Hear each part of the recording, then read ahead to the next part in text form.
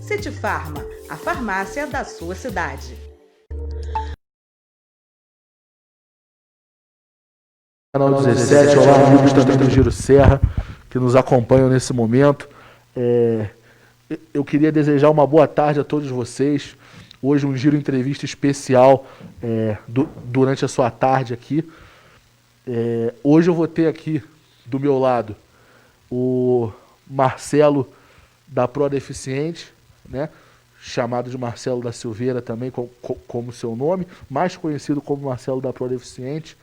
Ele foi eleito em 2016 com 4.867 votos. Ele é do MDB, tem 53 anos, nasceu no Rio de Janeiro, na favela da Nova Holanda, e escolheu Petrópolis para viver, né?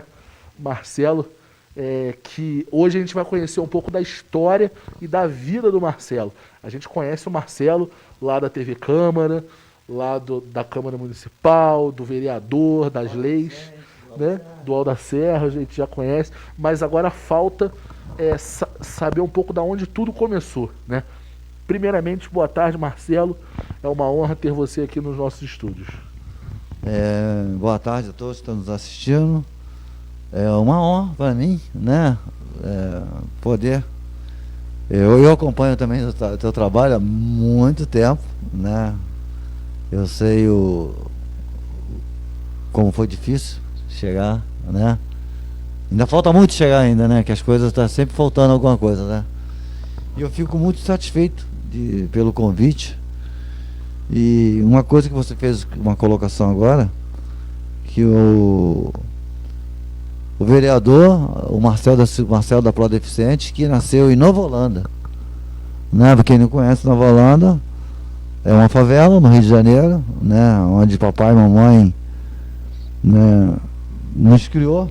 Eu vim de lá, não vim adulto, vim pequeno, mas eu tenho orgulho de dizer que eu nasci numa favela, né? Então, obrigado, tá? De ter feito essa colocação que nós estávamos conversando ali. E para mim foi uma surpresa você falar isso, e eu fico satisfeito das pessoas saberem que nem toda pessoa que nasce numa favela, que vive numa favela, é bandido, é traficante, é isso, aquilo. Apenas eu tenho orgulho de ser um carioca, nascido e criado ali no Chapa 4, né? Vim para Petrópolis e fui criado no Chapa 4, Dr. Tosetti. E é um prazer estar aqui com você. E como eu disse, nós vamos conhecer a essência do Marcelo. Então vamos começar bem do começo, né? Como é que foi sua infância no Rio de Janeiro, né? Como é que eram as coisas? Eu já fiz a segunda pergunta em cima da primeira. Como que foi essa questão da deficiência? Foi algum acidente ou você já nasceu? Como que foi que você adquiriu essa deficiência? Como é que foi isso? Olha só, eu nasci em 1967 e eu não nasci com a deficiência. Eu obtive a poliomielite, mais conhecido como paralisia infantil, que era uma época onde que não tinha as vacinas, foi uma pandemia no mundo, né? No Brasil, uma pandemia de hoje é poliomielite, mas naquela época paralisia infantil, e não tinha vacina. Então, quem nos vacinavam era o exército, né? Que ia nas favelas e ali vacinava as crianças, mas nem todas as crianças conseguiam ter a vacina, né? E então eu tive a minha mãe, que hoje não se encontra, já partiu. Ela falou que foi um impacto muito grande quando eu fui ao médico, e o médico, ela via que eu estava desenvolvendo e uma perna não desenvolvia. Aí o médico falou: olha, teu filho tem paralisia infantil. Então era tudo bem mais difícil do que hoje. Então, rapidamente eu fui encaminhado para a BBR, né? E começou um negócio sobre tratamento. Aí passaram pro meu pai, João Hamilton, que aqui, o meu pai onde falava que fazia, que curava, ele me levava, ele fazia qualquer coisa. Tentou de todos os modos, né? Tudo, fez de tudo, fez de tudo. Só em Petrópolis tem um atendimento bom, né? Tem algumas instituições boas. Vocês têm parente lá, a minha avó já vivia aqui. Temos aí, nós se mudamos, né, de Nova Holanda, viemos para o Chapa 4, para o Paraíso, e continuamos assim, buscar a cura. E meu pai e minha mãe estimavam que era a cura. E eu, para mim, eu era um objeto que aonde me levava, até quando eu comecei a entender que eu não andava, eu me arrastava. Sempre me arrastei. Eram 11 filhos, né? Muitos filhos de criação. No total nós éramos 18. Era você e mais 17 irmãos. Não, era eu mais 17 irmãos, porque nós era, nós tínhamos 8 irmãos de criação. Olha só que Meu situação. pai e minha mãe eram anjos. E a preocupação deles com você em querer resolver essa questão da paralisia. Aí meu irmão me levava de carrinho de mão pro colégio, né? Então às vezes você ia com 2 uniformes, se meu irmão não tivesse, tu ia se arrastando. O São Antônio às vezes, quando estava na linha, me dava carona, né, de ônibus, que eu estudava no Colégio Bom Jesus, ali embaixo, na Doutor Sozete. E até que um dia era muito difícil conseguir moleta. Gente, era muito difícil tudo. Moleta, cadeira de rodas, essas coisas, tudo era muito difícil. Era mais para quem tinha situação financeira. E nós não, nós sempre fomos criados com pé de galinha, né? Mingau de fubá. Eu sempre tive uma vida simples. Era a época que pedia bênção, né? Aos pais, aos tios, aos Na hora avós. que chegava uma visita em casa, o pai olhava pra tua cara assim, ele não precisava falar nada, que tu já tinha que sair fora. Conversa de adulto era conversa de adulto. O padrinho tinha que dar benção, na hora de dormir, benção. Se não desse, ele olhar, lá do quarto ele já perguntava, fulano, eu tô dormindo aí do teu lado? Aí já sabia que O respeito era outra coisa. Era né? outra conversa. Então, Outra época. e assim eu vivi uma vida de infância, assim, até os meus 8 anos se arrastando, né, no chão. Até que o seu Jorge, né, um amigo da família, compadre do meu pai, falou assim, eu vou fazer uma muleta para tu. Eu cheguei perto dele, me arrastando e pedi, ele só faz uma muleta para mim, de madeira.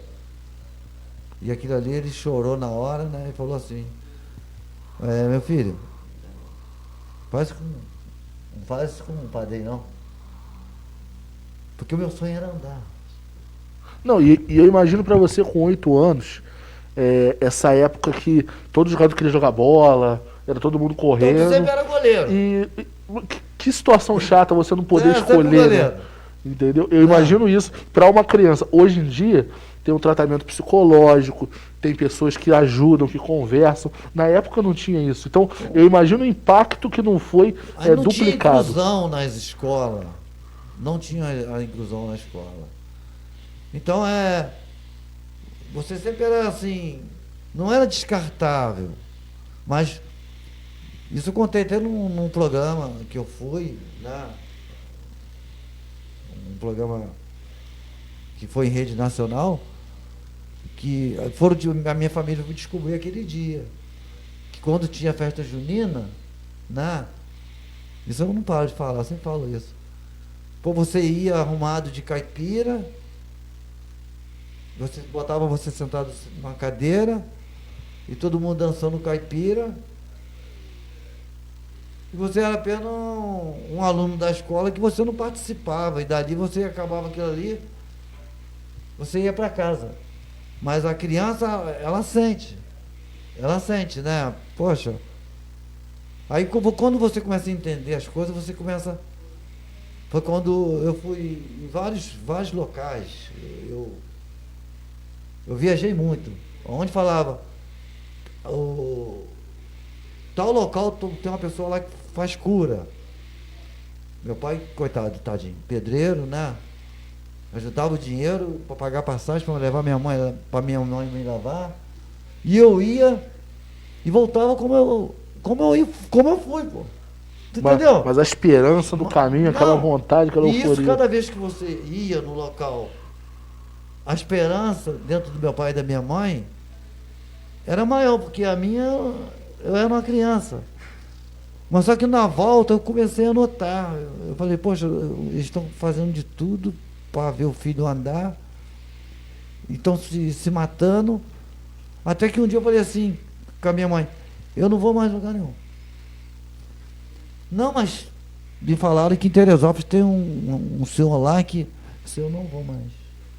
Eu não vou mais, eu não quero mais, tá?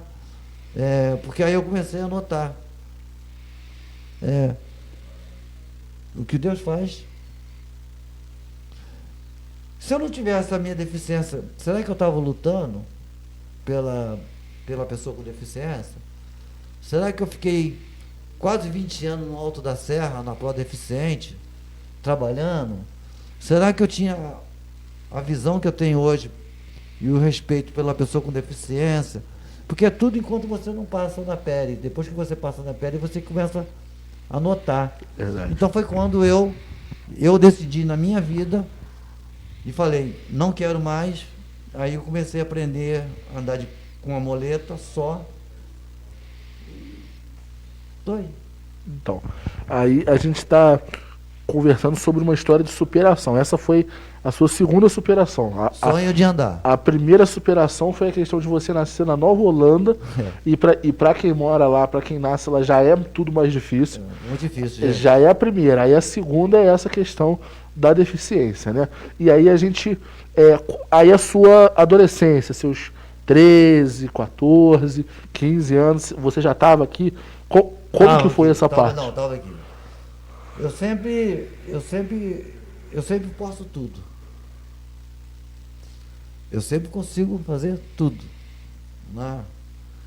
Eu sempre falo isso com as pessoas. Você não pode limitar o que uma pessoa com a deficiência diz que pode fazer. Né? Você não pode... Que nem quando eu estive na Pro Deficiente, há 5 anos atrás, que eu tive que me afastar por causa da campanha eleitoral, e assumiram outras pessoas lá como diretor, presidente, então eu tive que me afastar. Então eu pegava muito acidente de moto, então a pessoa ficava deficiente, e eu ia muito na casa dessas pessoas, então as pessoas queriam tratar muito, porque as pessoas pegaram a mania de que a pessoa com deficiência é tadinho, né? Cruz. Isso dói muito, irmão.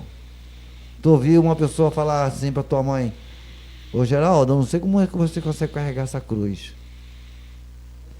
Pra ela, era uma dor.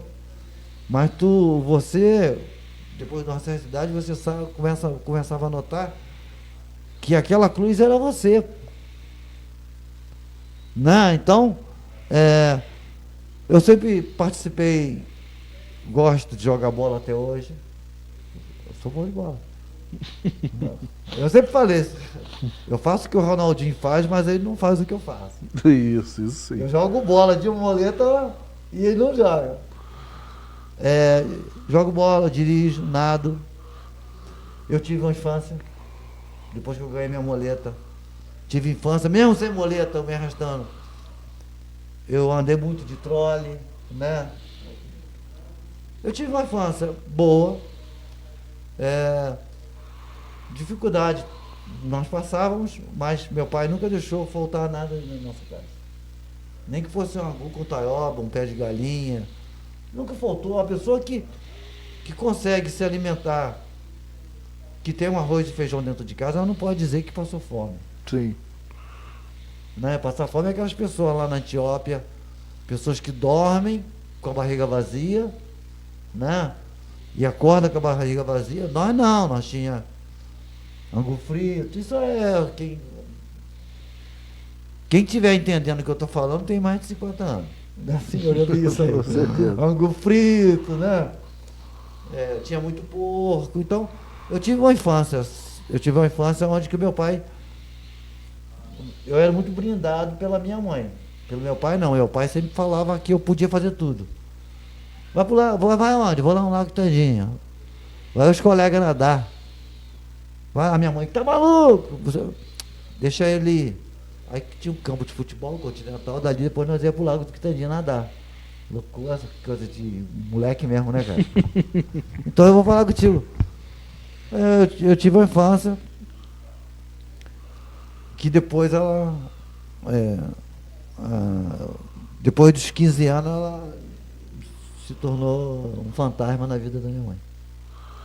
E você fala tranquilamente sobre esse assunto aqui? Não, eu falo. É agora que eu vou entrar. Agora é a terceira superação. Você Tava emocionado? começando. Rapaz, é difícil, né? Não é qualquer. Hoje em dia, Isso não. hoje, nós estamos em 2020. Não é ladainha, não. Quem tá assistindo sabe o que eu tô falando. Hoje em dia a gente ouve as histórias, pessoas que passaram metade das coisas que você passou, por muito menos, tem gente que precisa de um tratamento psicológico gigante. Até agora você já falou duas, agora você vai entrar na terceira que muita gente não sabe. O que fizeram comigo uma vez? Né? O Teco, lá do Tosete, ele sempre teve o boi. Né? Muito amigo lá da família. A mãe dele era merendeira, a tia Marli lá no. Né? Falaram que se me colocasse dentro de um bucho de boi, que ajudaria a minha perna a esticar. Tu acredita que eu cheguei. Era muita vontade do meu pai e da minha mãe me ver sem isso aqui. Cara, Tá entendendo? é complicado. Então, existem pessoas que falam tanta coisa para os pais que não sabem o que estão falando para esses pais. Entendi. Porque tu ter um filho com uma deficiência não é difícil para você. Difícil é as pessoas não entender, as pessoas que não aceitam, as pessoas que não aceitam que você tenha um filho com deficiência. Isso, o mundo tem que parar com isso, não te aceitar como você é, rapaz. Então, eles fizeram de tudo mesmo. Eu posso falar, eu tenho duas irmãs que né, nós temos minhas irmãs que cuidam de mim ainda como fosse uma mãe. Eu sou casado, tenho filhos, tenho neto. Mas essas pirras, elas vão. E é mania delas. Mas eu fiz de tudo, né? Aí, na minha juventude, que começou a me dar aquela dificuldade de ver as pessoas irem pro baile, as pessoas saírem de noite, né? E tu chega num local onde as pessoas não queriam dançar contigo. Tá, né? Aquela época que era hora de paquerar as meninas. Aí tudo entendeu? era um pouco mais difícil pra, né? Mas eu fui um grande dançarino. Então, é isso que. Eu sou, ainda falo até hoje, eu danço muito bem. É isso que as pessoas não entendem. Às vezes, por achar. Eu encontrei pessoas que me deram esse apoio. Então, aí a gente. Vamos entrar agora em outra situação, né? Você teve a sua juventude e como que foi a sua entrada na Prodeficiente? Da onde que veio? Foi você que fundou? Como que essa ONG, né? É ONG? É uma empresa? É uma associação. É uma associação. Da onde que veio? Como que você chegou na Prodeficiente? Como é que teve essa chegada sua? Olha só. Com 15 anos eu me tornei um alcoólatra. Essa é a terceira superação que você virou. Eu vou chegar no deficiente por isso. Com 15 anos me tornei alcoólatra até os 24 anos. A minha mãe só me encontrava na rua, caído. Eu pertenço a uma irmandade de homens e mulheres, que o único remédio que nós tomamos é evitar o primeiro gole de qualquer bebida que contenha qualquer tipo de álcool, até um bombom que contenha um licor. Mas dos 15 anos até os 24 anos, foi um sofrimento muito grande para uma mãe ver seu filho sendo caído na rua, achava a moleta dele no lado, que eu acabei me entregando muito ao álcool, e o álcool é uma doença. Tem muitas pessoas que falam assim, mas por que você fala isso? Eu falo isso sabe por quê? Porque você que está me assistindo agora, né, com essa oportunidade que você está dando, você que está me assistindo agora, que você tem esse problema dentro da sua casa, e muita gente está falando que teu filho é um sem vergonha, que teu marido é um vagabundo, que só vive em porta de botequim, que só chega em casa bêbado, que você tem que botar ele para rua. Eu quero te dizer que ele é uma pessoa doente. O alcoolismo é uma doença progressiva e incurável. Uma progressiva e incurável. Com determinação fatal, que é a morte, a prisão. Você pode anotar que toda agressão contra a mulher sempre tem o álcool envolvido. Eu acho que é uma das maiores drogas que nós temos, uma das drogas mais fortes que temos, e infelizmente ela é liberada, né? Então, porque o alcoólatra é o seguinte, eu bebo com meu dinheiro, você não tem nada a ver com isso. Quando eu quiser parar de beber, eu paro. Todos eles falam a mesma coisa, a mesma história. Só que ele não tem controle de parar. Mas ele não aceita que ele é um alcoólatra. Ele, quando quiser parar, eu paro. Mas não é assim. Se você observar, todo dia ele bebe. Então já é um alcoólatra. Mas se você falar isso para ele, ele vai arrumar uma briga danada contigo. Eu estou bebendo com o meu dinheiro, não estou bebendo com o teu dinheiro. Tu tá me entendendo? Então começa a perder a família, ele começa a perder os filhos, né? Ele perde emprego. E eu conheço muito profissional morador de rua.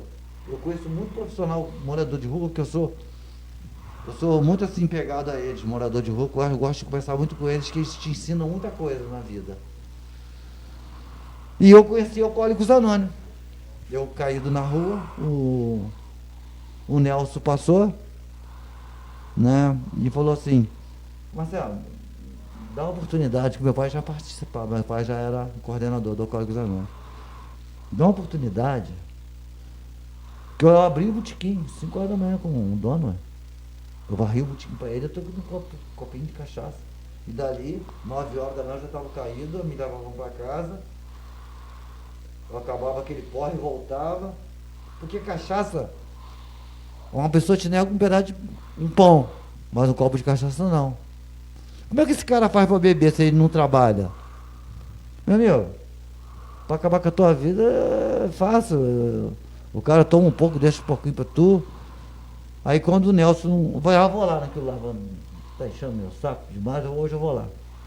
Falei, cara, mas eu tô bêbado, isso vai bêbado. Foi quando eu entrei no grupo Dr. Tosetti, né? Hoje não existe o grupo, é uma pena, né? Esse grupo não existe mais. E eu recebi uma ficha agora, dia 24 de fevereiro. Tu sabe quando você se coloca assim, você sabe que você está matando uma pessoa, que você está matando uma pessoa e você não tem controle. Você sabia que se aquela pessoa morrer, você é culpado? Era eu.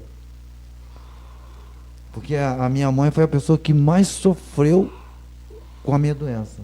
A minha mãe foi descobrir que eu era doente com 15 anos. Porque eu não tenho uma doença, eu tenho uma deficiência. E ela estava me tratando a minha deficiência como uma doença. E ela veio descobrir o que era doença depois dos 15 anos. Que ela foi ver que o filho dela era um doente alcoólatra. Aí é uma barreira muito difícil, irmão, porque todos querem te atacar. Eu era mais conhecido como o Aleijadinho, o cachaceiro, filho da dona Geralda, lá no Tosetti. Por uma mãe eu vi isso Dói. É Aleijadinho, cachaceiro, filho da dona Geralda. Tem um palhaço, que o alcoólatra ele é muito macho dentro de casa e na rua ele é um palhaço.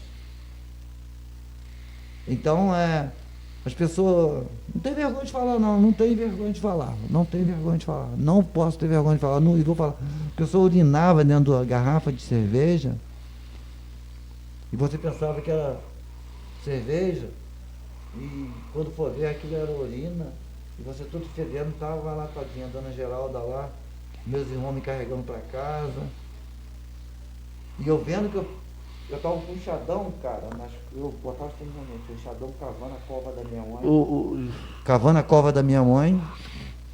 E eu pedindo a Deus, todo dia eu pedia a Deus, eu tenho que parar, eu não posso matar minha mãe, não posso ser culpado. Aí foi quando Deus me mostrou essa porta. Que o AA ele é anônimo. Eu não posso falar quem pertence a Alcoólicos Anônimos, mas eu tenho que falar que eu pertenço a Alcoólicos Anônimos e recebi uma ficha no dia 24 de fevereiro de 29 anos. A minha mãe faleceu tem 5 anos e ela viu o filho dela há 19 anos sem andar nas costas de ninguém, sem ser carregado e mudou o nome. Às vezes as pessoas chamarem ele de Aleijadinho, filho da dona Geralda, o cachaceiro, eles falavam assim: eu vi o seu Marcelo hoje na televisão, dona Geralda, só tá de parabéns, hein? Ele tá no negócio de cadeira de roda. Aí comecei a sair jornal, porque e agora que eu vou chegar aí. O alcoólatra precisa, a pessoa quando vai pro AA, como eu fui, ele precisa preencher o vazio. Como que eu preenchia meu vazio?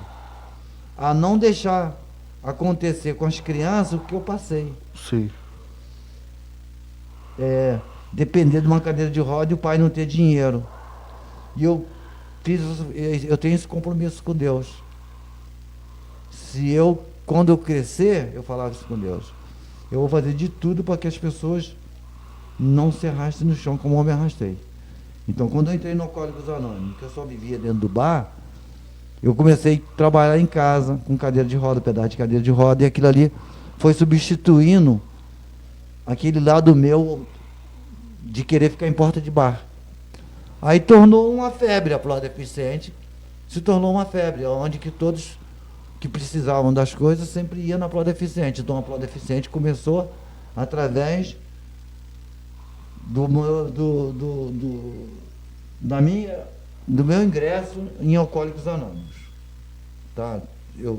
Desculpa eu estar me estendendo. Não. Eu só estou falando isso porque tem muita mãe que está nos assistindo agora que tem essa doença em casa, que a dona Geralda tinha, um filho doente, e não sabe como fazer. Eu acho muito chato quando você está com uma dor de cabeça e você sabe que tem uma pessoa com dor de cabeça, você conseguiu curar a sua dor de cabeça com remédio, mas você não tem coragem de falar para aquela pessoa, o remédio é esse. Então é por isso que toda vez que eu tenho oportunidade na televisão, eu ia falar: gente, procura uma sala de Alcoólicos Anônimos, né? Porque não adianta dar remédio, cara. Você vai sair de uma droga e você vai estar em outra droga.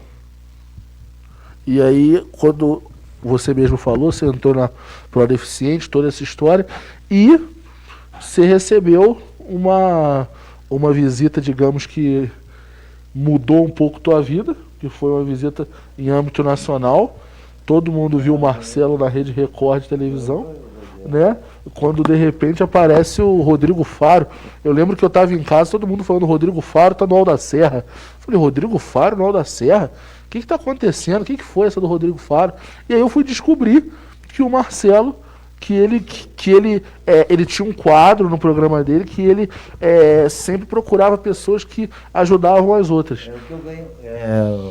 O que eu ganho com isso?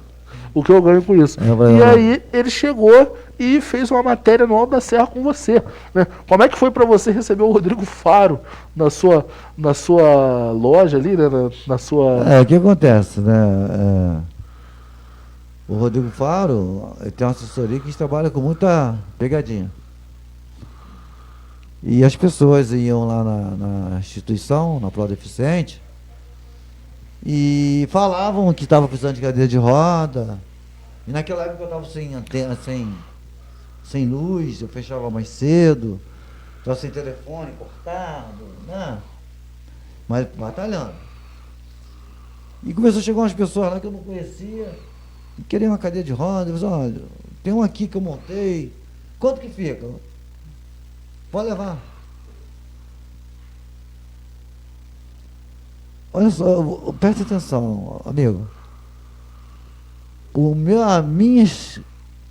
Tudo que eu passei na minha vida através da minha deficiência foi a minha faculdade. Tu entendeu?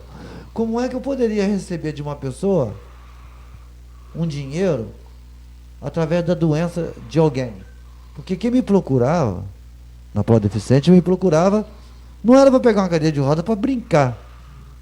Me procurava para uma cadeira de roda para uma pessoa que estava com uma criança com câncer, uma pessoa com câncer, uma pessoa que teve AVC, uma pessoa que sofreu um acidente de moto ou de carro. Então, como é que você vai receber dinheiro que nem um pai? Um pai me falou, cara, eu nunca mais esqueço isso. Foram duas coisas que eu aprendi muito na vida. Infelizmente, com o sofrimento dos outros, você aprende muito. Você escolhe, ou você aprende com o sofrimento dos outros, ou você aprende com o seu sofrimento. E esse pai falou comigo assim, ô, seu Marcelo, me falar do senhor e tal. Eu falei assim, senhor, se eu estou com um filho em fase terminal, com câncer, e eu preciso de uma cadeira de roda porque preciso levar ele para passear um pouquinho, né? Pelo menos para ele poder fazer a visita aos colegas. Mas é para pouco tempo, eu vou te entregar ela para pouco tempo, porque o médico falou que é fase terminal. Quanto fica? Você, ó, não fica nada. Se eu posso pagar, eu tenho condições de pagar, você não fica nada. O que esse dinheiro é me trazer do sofrimento de um pai que está perdendo seu filho por fase terminal de um câncer? Como é que eu ia aceitar o dia daquela pessoa? Isso eu falei com o Rodrigo Faro. Eu ia aceitar o dia daquela pessoa sabendo que eu estava com aquele dinheiro através do sofrimento. Então eu tinha que torcer para as pessoas ficarem doentes, para as pessoas sofrerem acidente, para mim poder ganhar dinheiro. Então, nunca faltou nada na minha casa. Né? Eu tenho 4 filhos, tenho 2 netos. Eu já passei dificuldade. Mas meus filhos nunca dormiram com fome. Deus nunca deixou faltar as coisas da minha casa. Então não seria através de uma situação dessa. Que nem teve uma vez, uma senhora me ligou, uma assistente social do Santa Teresa, e falou comigo, Marcelo, nós precisamos de mandar uma criança embora para casa, e essa criança, ela está em fase terminal, tem 10 anos. E a família quer que ela faz essa partida em casa. Mas o médico só libera se marcar um hospitalar. Vai falar contigo, irmão. Botei um bololô de gente envolvido. E conseguimos arrumar a cama. Essa criança, infelizmente, realmente fez a partida dela. E começou pessoas ir lá estranhas, uma falando que era de faculdade, que faz entrevista comigo, que eu entendia muito de deficiente. Eu disse, moça, eu só não posso parar. Disse, não, vai trabalhando, que eu queria te filmar mesmo, tô trabalhando. Tá. Aí no outro dia foi outra. Aí a outra chegou lá, não, que a minha amiga que esteve aqui ontem falou que o senhor entende bastante de deficiente. Ela falou, preciso fazer um trabalho para a faculdade. O senhor pode... Só, não pode igual faz que eu tô amigo, entendeu? Eu só não posso parar, porque eu tenho muito pedido. Aí começou, você cobra? Eu falei, não. Mas só que eles também ouvem o que você está falando, lá onde eles estão. Aí ela era arquiteta, porque ela estava indo toda hora no banheiro. Não posso ir no banheiro? Falei, que tanto que essa mulher vai no banheiro, rapaz? Mas depois que ela falou comigo, né? A Milena Miranda, que eu deixo um abraço para ela, né? Me acompanha nas minhas redes sociais. Ela é arquiteta do Rodrigo Faro, né? Uma grande pessoa, fizemos uma amizade bacana. E ela falou que cada vez que ela ia no banheiro, ela media o espaço que eu tinha com o celular. Aí foi até quando um amigo meu falou que estava com a cadeira quebrada ali na Uquinha. Deixa eu falar pra ele. Deixou a cadeira quebrada no museu. Aí eu falei, vou lá. Vou consertar a cadeira dele, né? Aí quando chega lá, meu irmão, eu falei, não tem cadeira quebrada nenhuma não. Tirou do Alto da Serra para vir aqui no museu, para me consertar uma cadeira. Então vem falar comigo que. Aí quando tu está conversando assim, sentado assim, a pessoa te bota a mão no ombro e fala assim, ele não tem uma homenagem para fazer para você não, mas eu tenho. Aí quando tu olha assim, aí tu fala assim, não é? É estranho, né? Porque uma semana antes eu estava vendo uma criança que queria dar um abraço no Rodrigo Faro. Eu estava deitado na cama, sempre acompanhei o programa dele. E eu falei assim, Cláudia, com a minha esposa, eu fico falando que um dia ainda vou num programa desse aí. Tem tanta gente precisando mais, né? De que eu sou orgulhoso. Na outra semana, o cara aparece lá no Alto da Serra, gente. Então, Parou o Alto da Serra, hein? para essa galera que está acompanhando a gente, eu quero agradecer a todos os comentários, todo mundo. Tem alguma pergunta? Responde, fica à vontade. O pessoal sempre dando essa força pra gente. Marcelo, nas suas redes sociais, o pessoal pode te adicionar, o pessoal lá vê sobre suas leis. Você fez várias leis para incentivar os deficientes, você fez várias coisas para ajudar. Tem um monte de leis aí que, se a gente for fazendo aqui, a gente vai Nós temos até mais tarde. 2.000. Quando eu saí da Associação com Deficiente, eu deixei 2.712 pessoas empregadas com deficiência, quando eu saí de lá. Então, esse já é um trabalho que você faz. Se o pessoal quiser saber um pouco mais sobre o trabalho do Marcelo, tá? Em todos esses quatro anos de mandato e também antes, né? Antes de ser vereador, você encontra nas redes sociais dele. Como que tá as suas redes sociais, Marcelo? Marcelo da Silveira Pro Deficiente, 1, 2 e 3, né? Tem o Twitter, tem meu Zap, que é o mais famoso, que é o 98842 6842. 98842 6842. Consegui aprovar muitas 23 leis. Fiz muitas indicações. Achei que eu, como vereador, poderia faria mais. E as pessoas pegam-se em você achando que você consegue ser um super-homem. Você não consegue ser um super-homem, porque a nossa maior dificuldade da nossa cidade se chama acessibilidade. E os deficientes sofrem muito com acessibilidade.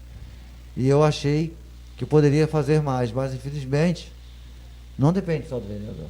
Nós somos uma bancada, nós temos o prefeito, que tem que sancionar a lei, né? Apesar que a maioria das coisas que eu coloco para votar sempre passa, mas às vezes lá no executivo não passa, aí tem que voltar, tá entendendo? Para a Câmara, para derrubar. Eu não sou oposição, eu não sou base. Eu fui eleito para ser vereador de Petrópolis. Não oposição ou base. Então tem esse papo, né? O cara é base, o cara é oposição. Eu não estou nada. Eu sou vereador, né? Para mim tentar fazer o melhor para a cidade. Mas só que não é muito fácil. Às vezes a pessoa fala assim, a pessoa é vereadora, se ela chegar na minha rua, fala assim, asfalto aqui. Não é assim. O vereador, ele fiscaliza o pedido, faz a solicitação, encaminha para o executivo, que é para o prefeito. Aí quem define é o prefeito. Para qual secretaria é responsável por aquilo ali. Porque às vezes as pessoas falam assim, votei no Itu e você não fez a minha rua, você não asfaltou a minha rua, você... Não é que eu não fiz. Eu tive lá, eu fiz ofício, encaminhei, mas vereador não tem poder de executar.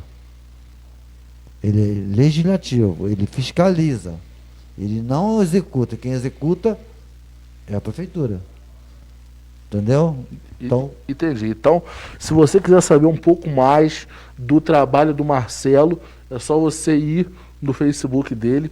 Hoje, essa entrevista foi para você conhecer a vida do Marcelo fora lá do gabinete. Você que, mesmo que não votou nele, mas para você saber um pouco mais sobre a vida dele por fora do gabinete. Sobre as leis, é só a gente ir acompanhando as notícias que vocês sempre vão ver tudo isso, ok? Portal da Transparência. Portal da Transparência, Câmara, né? tem. Você vê tudo lá com calma. Eu sei que o horário está muito em cima, a produção toda em cima aqui, eu entendo, está o horário em cima. Temos outras coisas para resolver, né? Outras notícias para dar, tanto na TV quanto no Giro. Eu agradeço a audiência de todos vocês. Muito obrigado e até qualquer hora. Eu fico muito grato também. Um abraço a todos vocês. E as portas estão abertas para... Porque nós continuamos aqui.